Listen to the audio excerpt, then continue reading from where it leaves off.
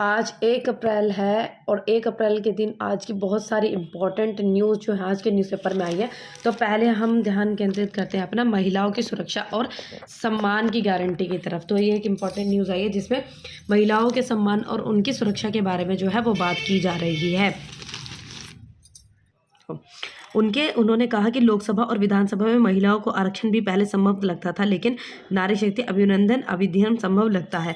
तो मतलब ये है कि जैसे पॉलिटिक्स में महिलाओं का कितना ज़्यादा कंट्रीब्यूशन है, उनकी तरफ और भी ध्यान देने की बातें की जा रही है। जैसे पहले के कंपेरिजन में किया जाए तो काफ़ी सारी अभी उनकी जो महिलाओं का जो रिप्रेजेंटेटिव है, मतलब महिला को जो सपोर्टर, जो महिला को जो पार्टिसिपेशन है बहुत ज़्यादा इंक्रीज़ हुआ है 5 वर्ष। नारी शक्ति की समृद्ध होने वाली, और उन्होंने कहा जो अब के जो सरकार ने कहा है कि जो आगे आने वाले जो 5 वर्ष होंगे वो नारी शक्ति के लिए और भी समृद्ध होने वाले हैं। दूसरी न्यूज़ क्या है कि राजनीतिक दलों की घोषणा पत्र, राजनीतिक दलों के घोषणा पत्र की घोषणा पत्र क्या होता है और क्या चीज़ होती है। तो ये हर चुनाव से पहले प्रत्येक राजनीतिक दल अपने चुनाव घोषणा पत्र जारी करता है। तो जितने भी चुनाव होते हैं, चुनाव से पहले जितने भी राजनीतिक दल होते हैं वो क्या करते हैं, चुनाव घोषणा पत्र जो है वो जारी किया जाता है। और उन घोषणा पत्र में क्या होता है, जैसे वो भी कोई भी कार्य जो वो करने वाले, जैसे उनको चुना गया और वो जितने आगे मतलब जब वो चुने जाएंगे तो और जितना कार्य वो आगे करेंगे तो उन घोषणा पत्र में वो सारी चीज़ें उनकी लिखी जाती हैं, जिसे राजनीतिक दल में लिखित प्रस्तुत होते हैं। और ये है कि वैसे तो प्रत्येक राष्ट्र का भी घोषणा पत्र होता है जिसे हम प्रस्ताव भी कहते हैं। जैसे कि राजनीतिक दलों का घोषणा पत्र होता है, तो राष्ट्र का घोषणा पत्र भी होता है जिसको क्या कहा जाता है, प्रस्ताव कहा जाता है। और भारत में आज़ादी प्राप्त करते ही यथार्थ प्रस्ताव पारित किया गया था, जिसमें यह विचार रखे गए आज़ादी मिलने पर भारत का लक्ष्य क्या होगा। अब जैसे सबसे प्राचीन घोषणा पत्र क्या था, कम्युनिस्ट पार्टी का माना जाता है, जिसे कम्युनिस्ट घोषणा पत्र कहा जाता है। और इसमें पूरी दुनिया में साम्यवाद लाने की प्रणाली को स्थापित किया था। और इस प्रकार 1951 में जब भारतीय जनसंघ की स्थापना हुई थी तो इसका घोषणा पत्र लिखा गया था। और आज की भारत जनता पार्टी का जो भी चुनाव घोषणा पत्र आता है उसमें जो मूल होते हैं वो 1951 के घोषणा पत्र की घोषणाओं से ही मिले जुले होते हैं और वहीं से लिया हुआ जो उनका अंश होता है। अभी तक 17 बार लोकसभा चुनाव हो चुके हैं और आसान चुनाव 18वीं लोकसभा के लिए होंगे। जो अब चुनाव होंगे 18वीं लोकसभा के लिए होंगे।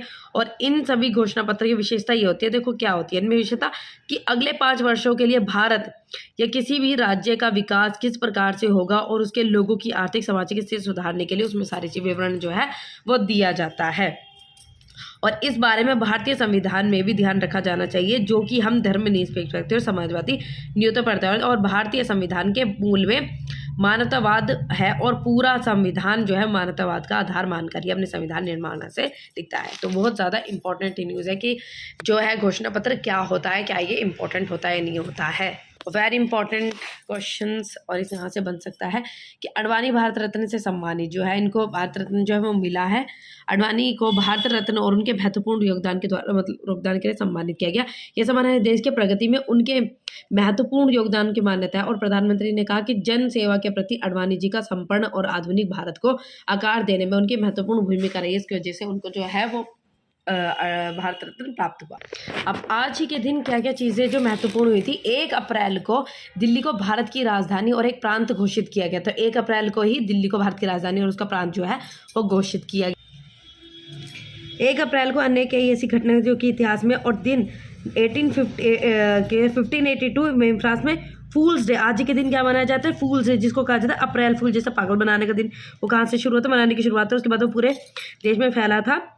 और क्या है, 1852 में पोप चार्ल्स 9 ने पूरे कैलेंडर, जो पुराने कैलेंडर को जगह नया रोमन कैलेंडर जो था वो शुरू कर दिया। और 1912 में दिल्ली को भारत की राजधानी और एक प्रांत घोषित किया गया। और 1930 में देश में विवाह के लिए, मतलब 1 अप्रैल 1930 में देश में विवाह के लिए जो लड़कियां उनकी न्यूनतम एज कितनी कर दी गई, 14, लड़कों की 18 कर दी गई। और 1935 में रिजर्व बैंक ऑफ इंडिया ने 1 अप्रैल से काम करना शुरू किया। और 1934 जो है वो कानून बनाया गया था, अंग्रेज़ों ने reserve bank of India act जो है वो बनाया था।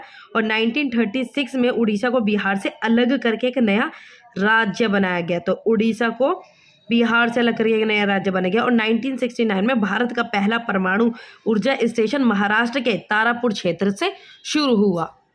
दिल्ली के कुछ मेट्रो में डिफेक्टेड क्यूआर कोड से यात्री परेशान जो है, जैसे क्यूआर वगैरह कोड वो यूज़ करते हैं लेकिन उसमें काफ़ी ज़्यादा दिक्कतें आती है। तो उसकी समस्या को सुलझाने के जो है वो चीज़ें दिखाई गई हैं कि काफ़ी ज़्यादा दिक्कतें जो आ रही है मेट्रो में, जैसे लोगों को बहुत ज़्यादा लेट हो जा रहा है और काफ़ी सारे लोगों को इंतज़ार करना पड़ रहा है। जो क्यूआर कोड है वो अच्छे से काम नहीं करता। जैसे आपने देखा होगा टोकन की जगह पे आप मेट्रो स्टेशन पर, दिल्ली मेट्रो स्टेशन पर जाते हो तो वहाँ पर आपको कुछ स्लिप दी जाती हैं और उस स्लिप को यूज़ करके आप आगे की तरफ बढ़ते हो। तो कुछ इस तरीके की दिक्कतें आई हैं और वो भी कुछ स्लिप काम नहीं करती।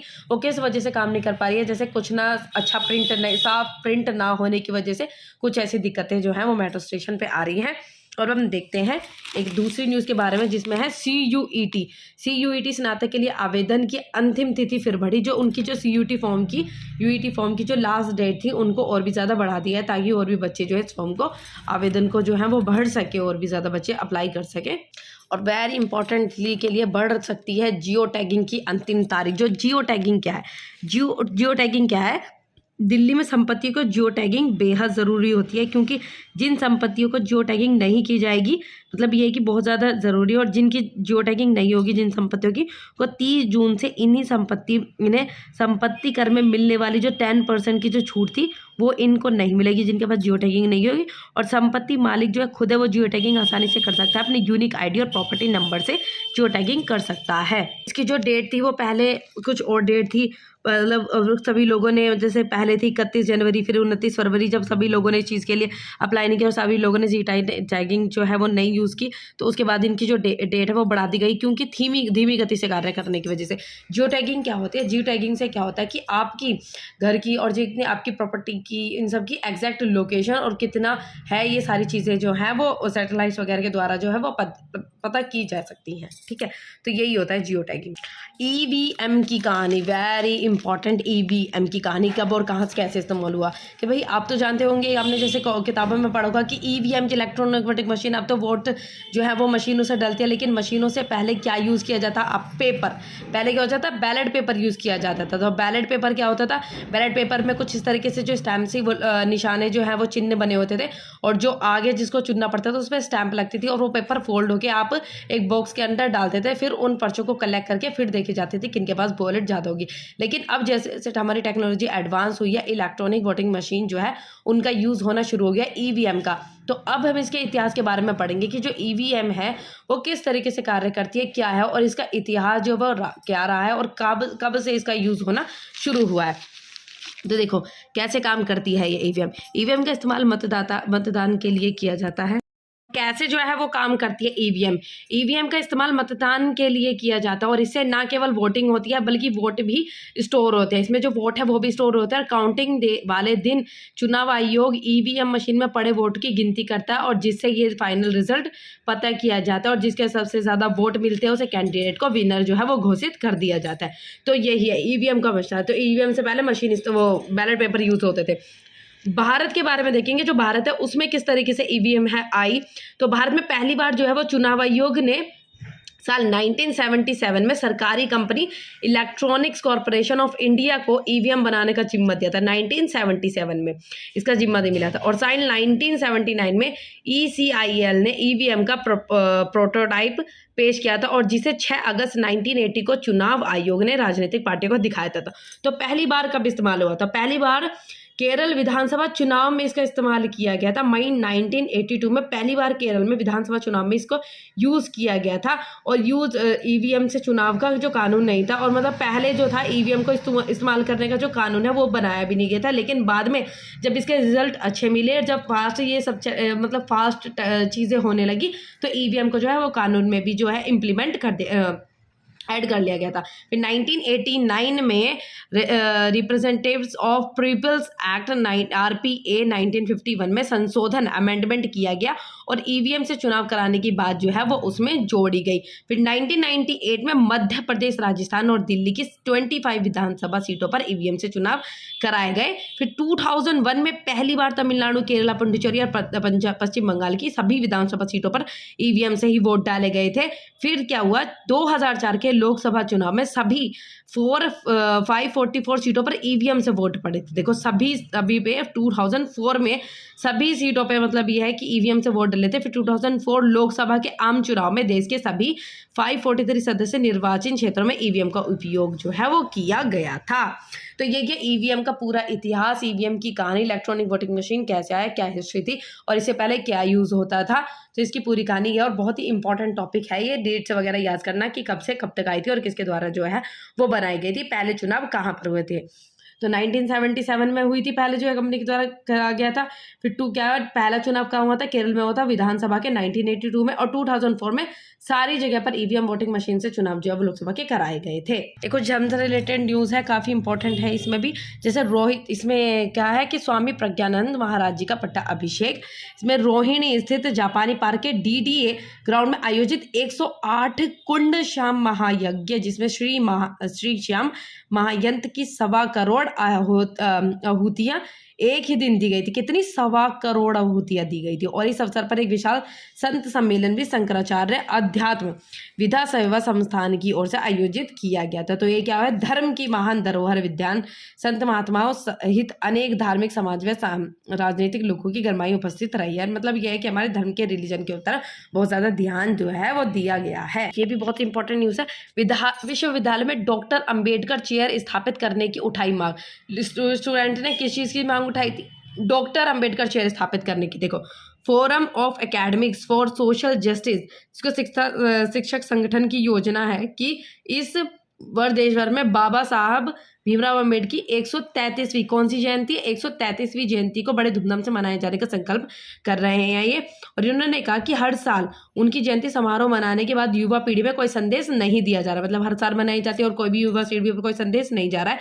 तो इसलिए ये कह रहे हैं कि 14 अप्रैल 2024 से उनकी जयंती के अवसर पर केंद्रीय विश्वविद्यालयों के विजिटर शिक्षा मंत्रालय और UGC चेयरमैन को पत्र लिखकर मांग की है कि देश भर के सभी केंद्रीय, राज्य व मानद विश्वविद्यालय में सामाजिक क्रांति के अवधूत शिक्षा शास्त्री, अर्थशास्त्री विदेंद्र प्रात में यह मांग की गई है कि केंद्रीय शिक्षा मंत्री और UGC के चेयरमैन को डॉक्टर अंबेडकर चेयर स्थापित करने में डॉक्टर अंबेडकर स्टडी सेंटर खोलने संबंधी सभी केंद्रीय को निर्देश जारी किए जाएं। ये लोगों के डिमांड, बच्चों की डिमांड आई है।